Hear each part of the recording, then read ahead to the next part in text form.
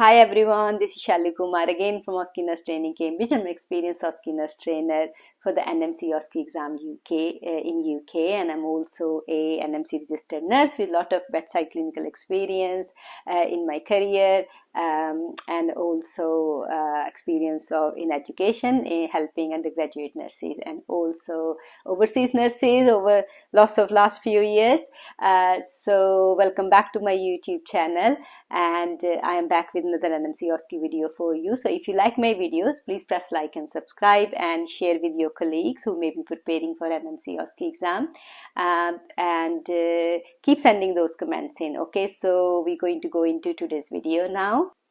Now, this is probably the most failed clinical skill in your NMC OSCE exam. We are talking about MSU and urinalysis. It's a real, actually, technical thing that you need to get it right, because the sample they give you in exam to test in MSU and urinalysis has already been tested by your examiner. So they exactly know what's wrong with the sample or what's abnormal results. And if you do not carry out the urinalysis as per NMC guidance or as per the manufacturing instructions, then you may not get the right results. And then if the results do not match the sample which your examiner has already tested, then it would definitely be a fail. So it's the most feared station, I guess, after ANTT is the most feared clinical skill in your NMC OSCE exam. So we're going to make it simple today, and I'm going to give you some, I think, really, hopefully really good tips to not make those mistakes. Okay, so it's kind of, I've already done this station, but it's an update because I've just seen a like kind of where you can see a pattern sometime where people are making mistakes. So I'm gonna cover that today, and hopefully you're not gonna make those after revising with this video. So let's have a look. So what we're going to look into today's station. So we are of course talking about MSU and urinalysis. We are going to look at what our scenarios look like, what equipment we're going to get. We're going to look at the marking criteria, of course, because I teach you everything as per NMC marking criteria. I never go off the marking criteria because that's what you need to know and that's what you need to do in exam, and that's how your examiner is marking you while you're doing your station. So that is a must. So marking criteria is the key here. So we're going to look at that, and we're going to look at the marking criteria and see which points people are making mistakes, okay, and how then I'm going to give you the tips how you can avoid those mistakes, some clever things you can do to stay on top of your timing, stay on top of your charting of your results and all that. Okay, so stay awake and keep watching. Okay, let's see. So if we look at the station, so we talking about that you will get a scenario. So its example scenario can be something like this. So you can see you are a nurse in the GP surgery practice and you've been asked to perform urine analysis on a patient called Sarah Jones, and please collect MSU and carry out the urine analysis as per manufacturing instructions, because every manufacturer, these strips, they have certain instructions on the box how to carry out the urinalysis.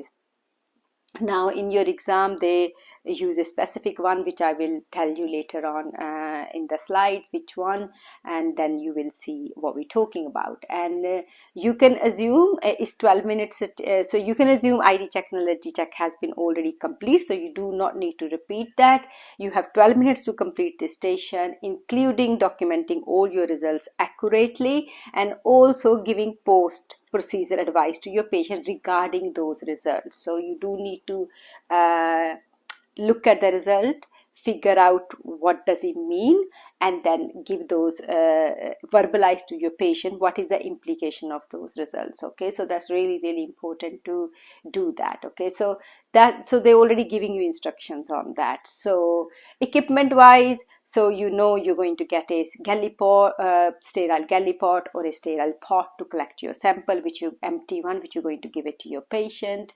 You will need urinalysis sticks. You will need a fob watch because you need to time every everything is tested according to the time, and then of course we're going to write our results, and that's the documentation which NMC is gonna give you, this one in the test center. So it is from the test center website. I just put it on there for your results. That's where you're going to document your results. Of course, your gloves and apron, because we're doing urinalysis. We cannot touch urine without gloves and apron. So that goes without saying. So that's your equipment that you need. Now, so going on to the next slide, what do we need to do, right? So to pass this exam, pass this station successfully. So what are the main things? So first thing is a 12-minute station. Used to be 8 minutes, but it's 12 minutes, which is a good thing because 8 minutes was quite tight on this station.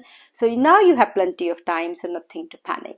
Next thing is you need to collect MSU, which is midstream specimen of urine, as per instructions in the marking criteria. So they already told you how to give verbal instructions to your patient. So, and they has to be what is in your marking criteria. So again, is the key. Marking criteria is the key, which we're going to look into in a minute, show you the marking criteria, but it needs to be given. So you could have male patient, you could have female patient. So how will you tell a patient to collect MSU correctly? Okay, so your verbal instruction to your patient has to be very, very clear. Next thing is you need to accurately undertake urinalysis as per the manufacturing instruction, because the strips they use has the timing on them, so you need to read every element of the urinalysis at a certain time limit. Okay, so that's that. Document results accurately, you know that, and then give post-procedure advice to the patient, because they told you in your scenario on the front that you do need to give these results to your patient clearly. So that's what we need to do in 12 minutes. So we're going to now move on to the key part, which is the marking criteria. So we're going to have a look at marking criteria. What does it tell you, and which points people are failing? So I'm just going to put marking criteria on one side, as you can see on the screen, and then your common fail, and then I put the number of which point on the marking criteria people are failing. So just going through the station, ID check, quality check is already done. So you will do scene safety, close the curtain, clean your hand. ID check, quality check is already done. Then you're going to give patient the instructions to collect the MSU by passing that empty galley pot or the pot. Okay, so when you pass that to the patient, you need to give clear instructions. Now, clear instruction for a male or a female patient, both, you can see, is the point number 2 in your marking criteria. So it's very simple, just learn them. Okay, because the area needs to be clean with soap and water, and how you need to empty and start and collect the middle part, and then all that. So I'm not going to go into too much detail, but that exactly what you need to say is exactly on the marking criteria. So just learn that for male or female patients. So that's simple, because that's just learning what examiner is expecting you to say. So that's important, because there is a certain way of collecting that sample. Otherwise it will not be a good sample to test. Okay, so that's that. And then next thing, so that's number 2 in the marking criteria where people fail. Next fail is checking strip box for expiry date. So your container with the strips, so it has an expiry date, so we cannot use strips past expiry date, so they will not give you the correct result. So you make sure you check the expiry date. So this is a very, very common fail. So it's point number 4 in your marking criteria, where they are saying check all your equipment is in working order and sterility is maintained, but in this case is the expiry date, so you're checking for that on your box of strips. Next thing is accurately undertake urinalysis as per manufacturing instructions. So that's your point 7 to 8 in the marking criteria. So that's about dipping your urine dipstick into the sample for less than 1 second. Okay, then you are going to, normally you put it on a tissue paper for excess urine to be soaked, and then you hold it at an angle. Your marking criteria is telling you very clearly, hold it at an angle. It means holding it vertically at an angle. So we keep it like vertical, we don't have a horizontal, because we don't want the chemicals to mix up. So if you don't have it at angle, then what will happen, if you keep it very straight up, the solution will run from top to bottom mixing the agent. So keep it at an angle. Okay, so that's why you need to keep it at angle. That's why it's saying don't have it completely vertical. So that's that.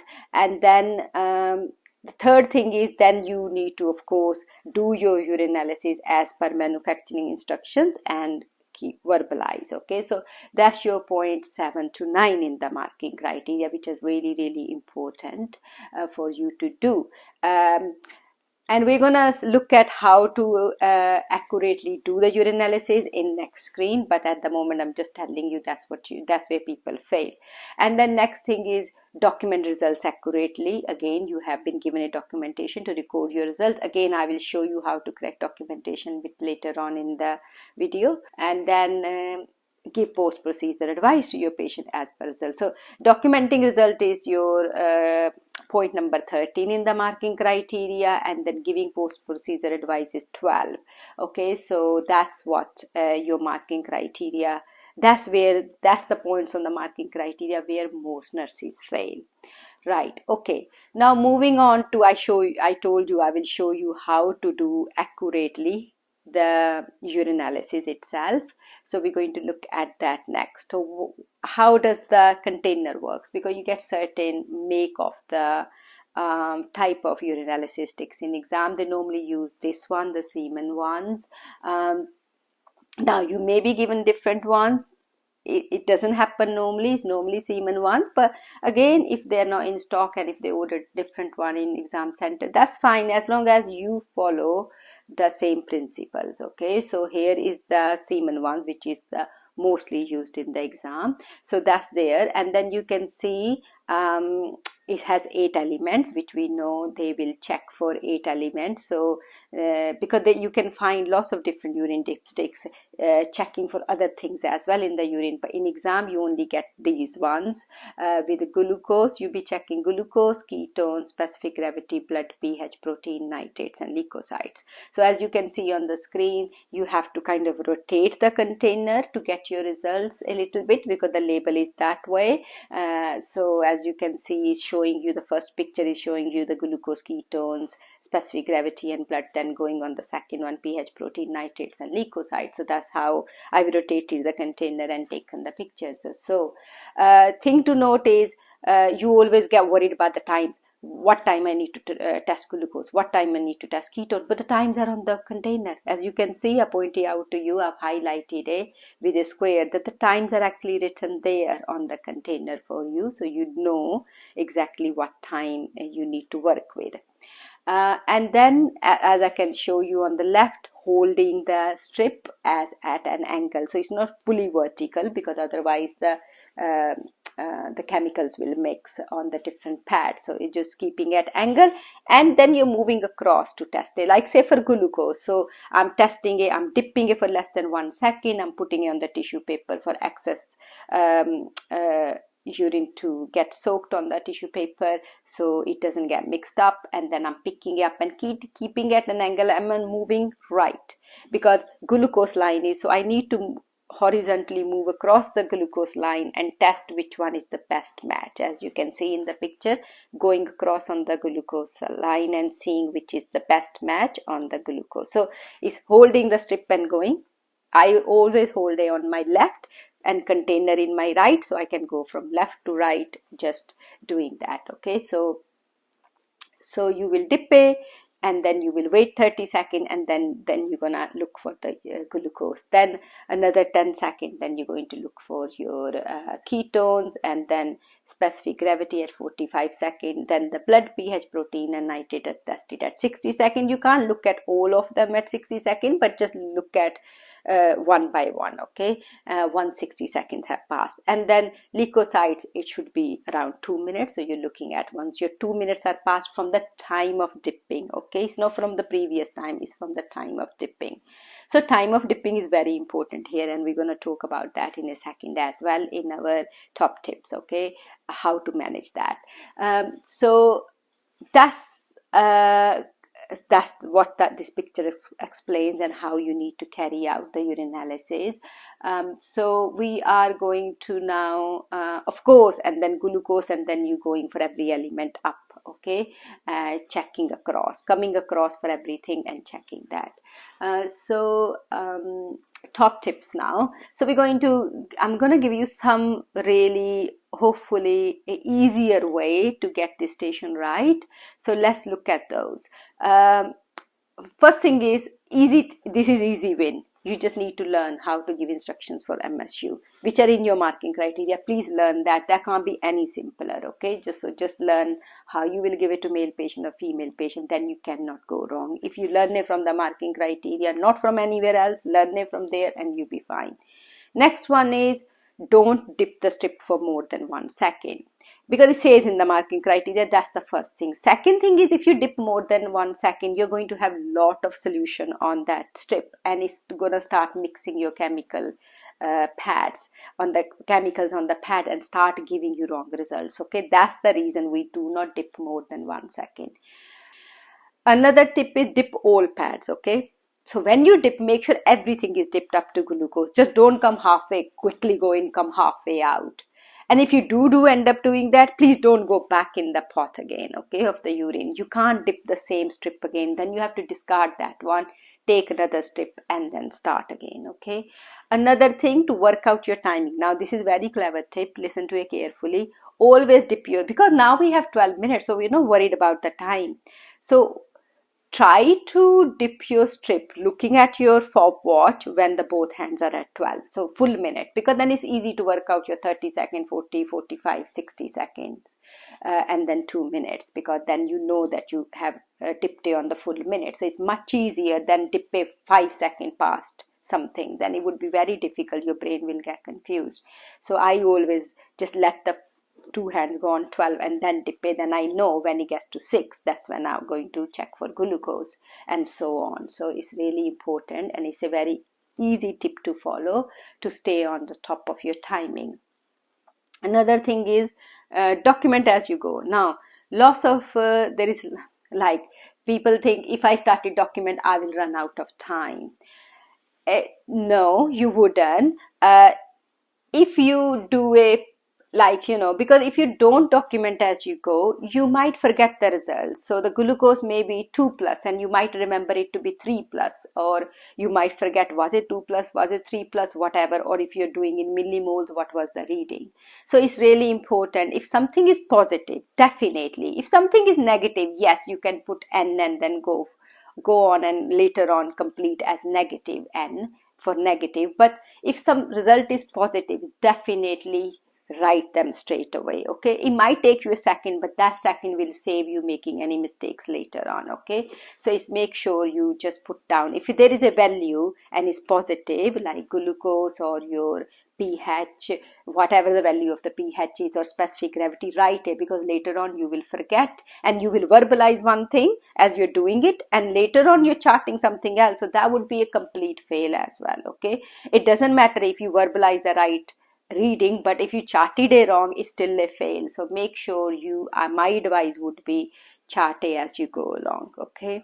Document not every single one. So you might do glucose, specific gravity, and ketones and specific gravity, and then try to write those 3. By that time it would be 60 seconds. Then you might do blood and your pH and protein and a couple of them and write them if they're positive. If they're negative, then just remember it's negative and then you move on. And then once you've done those 4, you write those 4, and then you're waiting. You're still waiting by the time you've written those.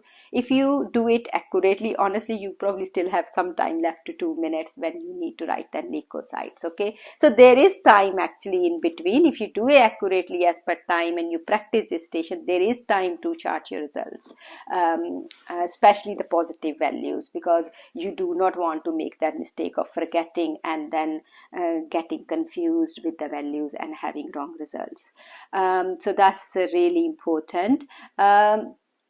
Another thing is you should know what the positive values means. Of course, glucose, ketone, diabetes, you know that. And then, if the protein is present, could be renal problem, could be infection. Again, nitrates is infection, blood again, maybe renal disease, maybe infection. So, so leukocytes again, similar things. So infection. So we just need to know the basics of the urinalysis, which you can actually learn very easily. What are the abnormalities of urine? There's a lot of articles on it, so you can learn that and be ready to pass that to your patient. So if you're saying that the patient to say, I found glucose plus plus in your thing, that's the indication of diabetes. I'll be reporting these results to your doctor. We may need to have further tests done, maybe report it to your GP, if of course, because this scenario is in community. So so you really do need to know what the positive results means and pass that information clearly to your patient, and do say that these will be now reported to your doctor, whoever requested it, whether it's GP or whether it's other doctor, and then they will then do further management. Okay, so that's really, really important that you don't forget to do that, because otherwise it will be critical fail. So I will show you on the next screen where I have documented result, just a glimpse of it on the next screen. So if you can see, that's the completed example. I've done it from glucose going up to leukocytes. So you can see I have written my glucose in millimoles, because on my container it does say plus plus readings. You can add that, but it also says in millimoles. So I chose to write in clearly in millimoles value. But it does say both on your box, so you can choose whichever one, but I wrote in millimoles. And then as you can see, I've done that. So hopefully this now makes sense to you, and it's slightly easier to do this station. Hopefully you won't make those big mistakes now. So if you like the video, please press the like button and subscribe.